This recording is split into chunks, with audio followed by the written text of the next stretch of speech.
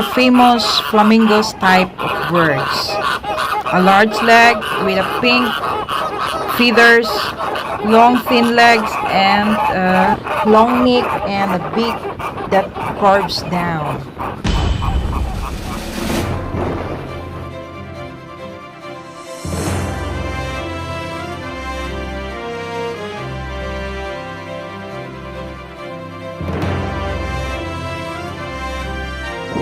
And this is the cute, adorable red panda.